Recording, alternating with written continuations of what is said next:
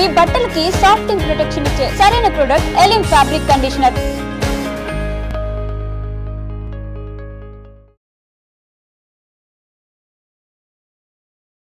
Direct తీసుకొచ్చి చూపించే వాళ్ళు కూడా ఉన్నారు సార్.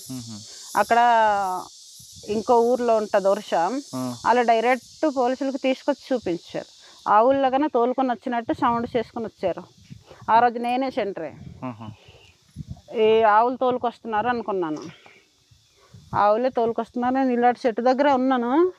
అస్సలు పోలీసులు అయితే అస్సలు కనిపించలేదు. ఆవులు ఫస్ట్ వచ్చింది, మేకలు ఫస్ట్ వచ్చింది, మేకల తర్వాత ఆవులు వచ్చింది, ఆవుల తర్వాత వచ్చి వీళ్ళు వచ్చారు, పోలీసులు వచ్చారు. మరి మీ ఫైర్ ఓపెన్ చేయలేదు?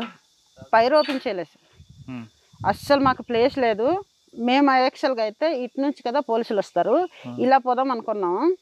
అలా పోదామంటే పోలీసులు యాక్చువల్గా అటు నుంచి కొండ నుంచి వచ్చారు, పైనుంచి ఊర్లో వాళ్ళే తీసుకొచ్చి చూపించారు అక్కడ కూడాను.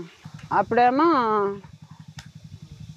మేము ఫైర్ చేయలేదు కానీ కిందకి దిగేసాం. మేము దిగేసాం, కిందకి దిగేసి ఇంకా చాలా ఘోరంగా ఫైర్ చేశారు కానీ ఎవ్వరికి ఏం కాలే. మరి ఎందుకు బయటకు వచ్చారు? జగన్ వాళ్ళ నాన్న ఎవరో సీఎం ఉన్నారు కదా, రాజశేఖర రెడ్డి, అతను ఉన్నప్పుడు కావాలి 2006లో పేపర్ ప్రకటనలు ఇచ్చారు. బయటకు వచ్చేయండి, జనజీవనంలో కలిసిపోండి, మేము జాబ్ ఇస్తాము, నెక్స్ట్ మీకు ఏమీ హాని కాకుండా చూసుకుంటాం అనేసి చెప్పారు. చెప్పిన తర్వాత వచ్చి బయటకు వచ్చాం. ఎవరి ద్వారా వచ్చారు బయటికి? ఎక్కడ కలిసారు? నేనైతే ఎవరి దొరకు రాలేదు సార్, సింగిల్గానే వచ్చాను. నాకు కాలు చేతులు వాసిపోయింది. వచ్చి డైరెక్ట్ ఒక 3 days కావాలో చింతపిల్ల హాస్పిటల్కి చూపించుకున్నాం. చూపించుకొని రిటర్న్ వెళ్ళిపోదాం అనుకున్నాం. అప్పుడేమో పేపర్లో మొత్తం చూసి అందరు వచ్చేయమంటున్నారు కదా, జాబ్ ఇస్తామంటున్నారు, ఎందుకు వెళ్ళిపోతారు మళ్ళీ. నేను యాక్చువల్గా ఆ రోజు వెళ్ళిపోతాను మళ్ళీ రిటర్న్ లోపలికి. రిటర్న్ నేను ఆ రోజు వెళ్ళిపోవాలి. అప్పుడేమో హోమ్ గార్డ్ ఒక అతను ఉంటాడు, గిరి, అతను సపోర్ట్ చేశాడు నాకు. నువ్వు వచ్చేస్తానంటే జాబ్ ఇప్పిస్తాను, నువ్వు వచ్చేయరా అన్నాడు. వచ్చేయరా, మేము జాబ్ చేస్తున్నాం కదా, జాబ్ ఇస్తారు, అన్నీ ఇస్తారు గవర్నమెంట్, వచ్చే అన్నాడు. అతను లోపల నుంచి వచ్చాడు, కాకపోతే బయట నన్ను కలిశాడు. అప్పుడేమో వచ్చేయంటే లేదురా నేను రాను, వెళ్ళిపోతాను నేను లోపలికే, నాకు ఉండాలనిపించట్లేదు అన్నాను. ఇక్కడ ఉంటే అలవాటు అవుతుందిరా, నువ్వు లోపల ఉన్నావు కదా, లోపల ఉండి మళ్ళీ బయటకు రాస్తే ఉండాలనిపించదు, అలాగే అనిపిస్తుంది. కొన్ని రోజులు, ఒక వారం రోజులు, 10 రోజులు ఇక్కడ ఉండాలనిపిస్తుంది అనేసి అన్నాడు. వచ్చేసారు మీరు బయటికి? మేము సరెండర్ అయిపోయాం సార్. వైజాగ్ ఎస్పీ ఆఫీస్ దగ్గర. అప్పుడు ఎవరో 2006లో వినీత్ సార్ ఎవరో ఉండేవాళ్ళు సార్, పేరు సరిగ్గా గుర్తులేదు. సరెండర్ అయిపోయిన తర్వాత మీరు రావాల్సిన ఇచ్చారా? రావాల్సింది 25,000 ఎంత రివార్డ్ ఉందట సార్. మాకైతే ఏమి ఇవ్వలేదు. 5,000 క్యాష్ ఇచ్చారు, చెక్కు కాదు, క్యాష్ ఇచ్చారు. నెక్స్ట్ జాబ్ ఇస్తామని 1 సంవత్సరం 2 సంవత్సరాలు తిప్పించుకున్నారు. తిప్పించుకుంటే నిజంగా జాబ్ ఇచ్చారనేసి మళ్ళీ నక్సలైట్లో వచ్చి మా ఇల్లంతా కొట్టేసి ధ్వంసం చేసి బాంబు పెట్టి బ్లాస్టింగ్ చేశారు. ఎందుకంటే బయటికి వెళ్ళిపోయింది జాబ్ ఇస్తామనగానే అనేసి. జాబ్ చేయట్లేదు అన్న సంగతి తెలియదు. అప్పుడేమో వచ్చి బ్లాస్టింగ్ చేశారు, ఇల్లంతా పోయింది. అప్పుడేమో ఈ ఇంటికాడ ఉన్న సామాన్లు ఉంటాయి కదా, వండుకునేవి తినేవి, ఇవన్నీ చుట్టుపక్కల ఊర్ల వాళ్ళు మొత్తం పట్టుకుపోయారు. మీరు ఎక్కడున్నారు అప్పుడు? నేను పాడేరులో ఉన్నాను సార్. అప్పుడు పాడేరులోనే ఉన్నాను. అప్పుడు తర్వాత వెళ్ళి పోలీసులు కలిసారా? సార్ ఇల్లు పోయింది, నాకు పోయిందని కలిసాను సార్. అంటే ఏమన్నారు? చేద్దాము చూద్దాం అన్నారు. అంటే అప్పటి నుంచి మరి మీరు రోజు ఎలాగా గడుస్తుంది ఇక్కడ? ఇక్కడైతే ఇప్పుడైతే మేము డైలీగా ఏదో పనికి వెళ్తున్నాం సార్, తింటున్నాం అంతే. 2 పిల్లలు ఉన్నారు. ఇప్పుడైతే చచ్చిపోలేను, వెళ్ళిపోలేను, ఉండలేను. అది చచ్చిపోవడం ఎందుకు? చచ్చిపోవాలంటే ఇప్పుడు పిల్లలు అడ్డొచ్చేస్తున్నారు. ఎందుకు చనిపోవాలంటా? నేను ఇక్కడ ఉండి కూడా వేస్టే కదా సార్. ఎందుకు? 2 పిల్లలు ఉన్నారు కదమ్మా, వాళ్ళకి చూడాలి కదా నువ్వు. అవును సార్, వాళ్ళ కోసమైనా బతుకుతున్నాను, లేకపోతే చచ్చిపోవాలి. ఆయన ఏం చేస్తారు మీ వారు? మా ఆయన లేదు సార్, పచ్చకామర్లు వచ్చి నర్సీపట్నం కూడా చనిపోయారు. ఆయనకి హోమ్ గార్డే, అతను కూడా హోమ్ గార్డే. అప్పుడేమో మీ ఆయనకి జాబ్ ఇచ్చాము, నీకెందుకు ఇస్తామన్నారు. మా ఇద్దరు జమాలు వచ్చినప్పుడు ఇద్దరికి మా ఆయన జాబ్ మా ఆయనకే ఉంటుంది, నా జాబ్ నాకే ఉంటుంది. నేను ఎన్ని దిక్కులు తిరిగినా నాకు అనవసరం, వాళ్ళకి అనవసరం. అప్పుడు నా జాబ్ నాకు ఇవ్వాలి. ఒకసారి వెనక్కి వెళ్దామా. అడవిలో మీకు ఆకలి వేస్తే ఏం తినేవారు? చింతపండు అవేనా, లేదా ఇంకేం? చింతపండులో అయితే దొరుకుతాయి సార్, దొరకదు. మరి ఏం తినేవారు? కాకపోతే ఇవి ఉంటాయి కదా, పల్లీలు వేపుకొని ఉండల్లాగా చేసుకోవడం, ఆకలి బాగా వేసినప్పుడు తినడం, ఒక 2 తినేసి నీళ్ళు తాగడం. అవి కూడా దొరకలేదు అనుకో అప్పుడు? అవి కూడా తాగినప్పుడు అయితే ఇంకా ఊట ఉంటుంది కదా, ఊటనిలే. అంటే వారానికి ఎన్ని రోజులు తినేవారు అక్కడ? వారానికి అయితే రోజు తింటాం సార్. యాక్చువల్గా అయితే వారానికి 2-3 డేస్ మాత్రంకే తిండి తిప్పలు ఒక్కొక్కసారి ఉండదు. ఊర్లో అందుబాటులో లేనప్పుడు, ఒకవేళ ఎన్కౌంటర్లు జరిగినప్పుడు కానీ బ్యాగులు జల్లేసుకున్నామంటే బ్యాగుల కాడ ఉంటుంది కానీ అన్నీ అస్సలు ఏం దొరకదు. అప్పుడు అనిపించింది ఎందుకు వచ్చారు అడవిలో? కానీ అస్సలు అనిపించదు సార్.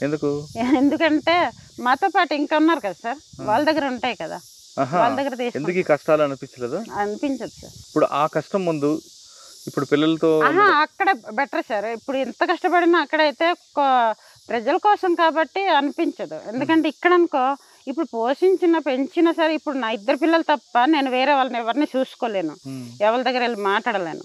కలిసి అధికారులు ఏమంటున్నారు? అధికారులు వచ్చి చేస్తాము ఈరోజు రేపు చూస్తాము అంటున్నారు తప్ప చేయట్లేదు.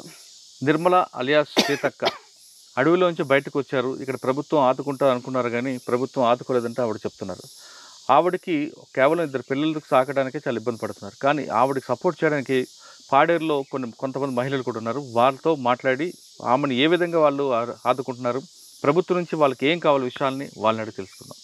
పాడేరులో ఇప్పుడున్న నిర్మల అలియాస్ సీతక్కకి ఏ విధంగా సహకరిస్తున్నారో, పాడేరులో ఇంకెంతమంది మాజీ మావోయిస్టులు ఉన్నారో, వాళ్ళ జీవన విధానం ఇలా ఏ విధంగా ఉంది, వాళ్ళకి ఏ విధంగా మహిళా సంఘాలు సపోర్ట్ చేస్తున్న విషయం అంతా మాట్లాడడానికి లతా కుమారి గారితో పాటు రాణి ఉన్నారు. వాళ్ళని అడిగి తెలుసుకున్నారు. నమస్తే లతా కుమారి గారు. ఇప్పుడు చాలా మంది ఇక్కడ కనిపిస్తుంటారండి. ఒకప్పుడు మంచి మంచి ప్రాంతమే కానీ ఇక్కడ కొన్ని భావజాల ప్రభావంతో లోపలికి వెళ్ళారు. తర్వాత ఇప్పుడు బయటకు వచ్చారు. వచ్చిన తర్వాత ప్రభుత్వ పథకాలు అందట్లేదని కొంతమంది చెప్తున్నారు. ఆ విధంగా ఇప్పుడు నిర్మల అలియాస్ సీతక్కతో పాటు ఎంతమంది ఉన్నారు, వాళ్ళకి ఏ విధంగా మీరు సహకరిస్తున్నారు? నిర్మల గారితో ఒక 2-3 మాకు కొంచెం మంది కాంటాక్ట్లోకి వచ్చారు సార్. ఫస్ట్ ముందుకు వచ్చింది ఏంటంటే తనే సీతక్క గారే వచ్చారు. వచ్చి నాకు ఇలాగా ఇన్ని సంవత్సరాలుగా నేను దళంలో పనిచేసి చాలా రోజులుగా మేము వెనకబడిపోయాం, ఇప్పుడు తినడానికి కూడా ఉండడానికి కూడా ఏమీ లేదు, నాకు 2 పిల్లలు ఉన్నారని రాణి అక్క దగ్గరికి వెళ్ళారు. రాణి అక్క దగ్గరికి వెళ్ళగానే తను ఒక పేపర్ స్టేట్మెంట్ అన్నది ఇప్పించింది. ఫస్ట్ పేపర్ స్టేట్మెంట్ అన్నది ఇప్పించి ఇలా వెనకబడిపోయారు, దళం నుండి బయటకు వచ్చారు, కనీసం తినడానికి ఉండడానికి కూడా ఏమీ సహకరించలేదు ప్రభుత్వం అని చెప్పి తను పేపర్ స్టేట్మెంట్ ద్వారా చాలా సంవత్సరాల తర్వాత వెలుగులోకి వచ్చింది సార్. అందుకే తనకు ఒక ఉండడానికి కానీ తినడానికి కానీ ప్రభుత్వం సహకరించాలని చెప్పి మేము పోరాడుతున్నాం. రాణి గారు చెప్పమ్మా, మీరు సీనియర్ ఇందులో. ఇక్కడ ఇటువంటి అమాయక మహిళలు ఆదివాసులు ఎంతమంది ఉండొచ్చు ఇక్కడ? చాలామంది ఉత్తరాంధ్ర అంటేనే ఉద్యమాలకు పుట్టినిల్లు మీకు తెలుసు. అందులో అల్లూరి సీతారామరాజు జిల్లా అంటే అల్లూరి స్ఫూర్తితోని ఎంతోమంది ఉద్యమకారులు ఇక్కడ పుట్టినటువంటి పరిస్థితి మీరు చూస్తున్నారు. అలాగే ప్రత్యేకంగా చెప్పాలంటే ఇది మావోయిస్ట్ ప్రభావిత ప్రాంతం. ఇక్కడ ఉన్నటువంటి లేదు అలా అనుకోవడానికి కూడా ఏం లేదు. ఉద్యమాలు అన్నవి ఎప్పుడు కూడా ఆగవు. మా ప్రజల మనసుల్లో భావజాలం అన్నది ఎవరు కూడా చంపలేరు దాన్ని, అలాగే నా అభిప్రాయం. కాబట్టి ఎంతోమంది త్యాగాల ఫలితం ఇప్పుడు ఇలాంటి వాళ్ళు ఇక్కడ ఉన్నటువంటి అణచివేత కానీ దోపిడీ వ్యవస్థ కానీ దీనికి వ్యతిరేకంగా అడవులు బాట పట్టినటువంటి సీతక్క లాంటి వ్యక్తులు ఇంకొంతమంది ఉన్నారు. అయితే ఇప్పుడు నా అభిప్రాయం ఏంటంటే వీళ్ళు పట్టుబడవచ్చు, స్వచ్ఛందంగా లొంగిపోవచ్చు. నేనేం మాట్లాడుతున్నానంటే ఇప్పుడు ఏదైతే ప్రభుత్వం కానీ పోలీస్ యంత్రాంగం కానీ వాళ్ళు ఇచ్చినటువంటి హామీలు ఏవైతే ఉన్నాయో, ఇప్పుడు వీళ్ళు చేసినటువంటి త్యాగాలను గుర్తించి బయటకు వచ్చిన తర్వాత వీళ్ళని ఆదుకోకపోవడం వల్ల తిరిగి మళ్ళీ ఉద్యమం వైపు ఆకర్షితులు అవడానికి దాదాపుగా అవకాశం ఉండొచ్చు కదా. ఎందుకనంటే ఇప్పుడు వాళ్ళ స్థితిగతుల మీద ఖచ్చితంగా ప్రభుత్వం అన్నది ఎప్పటికప్పుడు తెలుసుకోవాలి, వాళ్ళ స్థితిగతుల మీద ఖచ్చితంగా స్పందించాలి. అయితే గతంలో ఉన్నటువంటి జిల్లా కలెక్టర్ గారు ఎవరైతే ఉన్నారో సీతక్క గారు, కామ్రేడ్ సీతక్క గారు నా దగ్గరికి రావడం జరిగింది. మరి మేమేంటంటే గతంలో ఉన్నటువంటి జిల్లా కలెక్టర్ సుమిత్ గారిని కలవడం జరిగింది. అక్క గారికి ప్లేస్ కూడా ఇవ్వడం జరిగింది. అది అనివార్య కారణాల వల్ల చిన్న సమస్యలో ఉంది. అయితే ప్రస్తుతం ఉన్నటువంటి జిల్లా కలెక్టర్ గారిని కలిసాము. ఈ లోపల ఎలక్షన్ రావడం, ఎలక్షన్ కోడ్, దీనివల్ల ఏంటంటే మళ్ళీ మేము మాట్లాడలేకపోయాము. నేను అదే బాధపడుతున్నాను. ఎందుకంటే ఇప్పుడు ఉత్తరాంధ్రలోని ఇటువంటి ఉద్యమకారులు పుట్టడం మనం చేసుకున్న అదృష్టం. ఇటువంటి వాళ్ళని ప్రభుత్వం ఆదుకోకపోవడం దురదృష్టం. కాదమ్మా, ఇక్కడ ప్రభుత్వం చాలా పథకాలు తీసుకొస్తుంది. ఇక్కడున్న ప్రజలు ఎవరు కూడా ఆ భావజాలం వైపు తిరగకుండా ఉండడానికి కొత్త కొత్త పథకాలు తీసుకొస్తున్నాం. యువతకి ఉద్యోగాలు ఇప్పిస్తున్నాం. మహిళలకి వాళ్ళ వాళ్ళ కాళ్ళ మీద వాళ్ళు నిలబడడానికి అనేక కార్యక్రమాలు చేపడుతున్నారని ప్రభుత్వ అధికారులు చెప్తున్నారు. మరి మీరు చెప్తుంది దానికి వ్యతిరేకంగా కనిపిస్తుంది. ఎక్కడ అమలు జరగలేదు కదండి. అమలు జరిగితే దానికి ఉదాహరణ సీతక్క కదా. ఇంకా చాలామంది 2-3 ఉన్నారు. 2-3 కాదు, ఇంకా ఉంటారు, ఒక 10 మంది వరకు అల్లూరు సీతారామరాజు జిల్లాలోని ఇటువంటి పరిస్థితుల్లో ఉన్న వాళ్ళు ఉన్నారు. అది ఎక్కడుంది? అంటే ఇవన్నీ చూపించాలి కూడా కదా. పేపర్ మీద ఉన్నాయంటారా? అంతే కదా, చూపించాలి కదా. ఇప్పుడు తిన విషయంలోనే చూపించండి. కనీసం ఒక ఉద్యోగం కానీ, ఒక ఇల్లు కానీ, మహిళలకు అవకాశాలు కానీ ఎక్కడున్నాయండి? అవి ఇప్పుడు మాటల్లోనే తప్ప. ఆవిడ ఎలాగా మరి కుటుంబ పోషణ చేస్తున్నారు? అదే నేను చెప్తున్నాను. ఇప్పుడు వారి స్థితిగతుల మీద వాళ్ళు ఎప్పటికప్పుడు పరిశీలన చెయ్యాలి. కూలి పని చేసుకొని బ్రతుకుతున్నటువంటి పరిస్థితి అండి, ఇది బాధాకరం కదా. అంటే ఏం చేస్తే ఇక్కడున్న ప్రజలు, ఇక్కడున్న యువత కానీ అటువైపు వెళ్ళకుండా ఉంటారు? ఉద్యోగ అవకాశాలు కల్పించాలండి. ఇప్పుడు ఉద్యోగ అవకాశాలు లేనప్పుడు మాత్రమే, ఉపాధి అవకాశాలు లేనప్పుడు మాత్రమే యువత ఉద్యమాల బాట పడుతున్నారు. ఆ ఉద్యోగ అవకాశాలు, ఉపాధి అవకాశాలు ప్రభుత్వం కల్పిస్తే ఉద్యమాల బాట ఎందుకు పడతారండి? అంటే ఉద్యోగాలు కల్పించినా మరి కొంతమంది కావాలనే యువతని అటువైపు తీసుకువెళ్ళడానికి ఆ భావజాలను రుద్దుతున్నారు అన్నది పోలీసుల వాదన. అలా ఎందుకు ఉంటుంది సార్? ఇక్కడ ఉన్నటువంటి దోపిడీ వ్యవస్థ, దౌర్జన్యాలు, అవినీతి అక్రమాలు ఇవన్నీ ఉంటాయి కదా సార్ సమాజంలో. దానికి వ్యతిరేకంగా కూడా యువత ఖచ్చితంగా ఉద్యమం వైపు ఆకర్షింపబడవచ్చు. అంటే ఇప్పుడు ఇటువంటి సమస్య మరొకసారి రాకుండా, అంటే గతంలో మీరు అన్నట్లుగా ఏఓబి, పాడేరు, అరకు ఈ ప్రాంతం అంతా కూడా మావోయిస్ట్ పార్టీకి పెట్టిన కోట. ఇప్పుడు క్రమేపీ ప్రజల నుంచి పార్టీ దూరం అయింది. అంటే ప్రజలకి పార్టీకి మధ్యన గ్యాప్ వచ్చింది.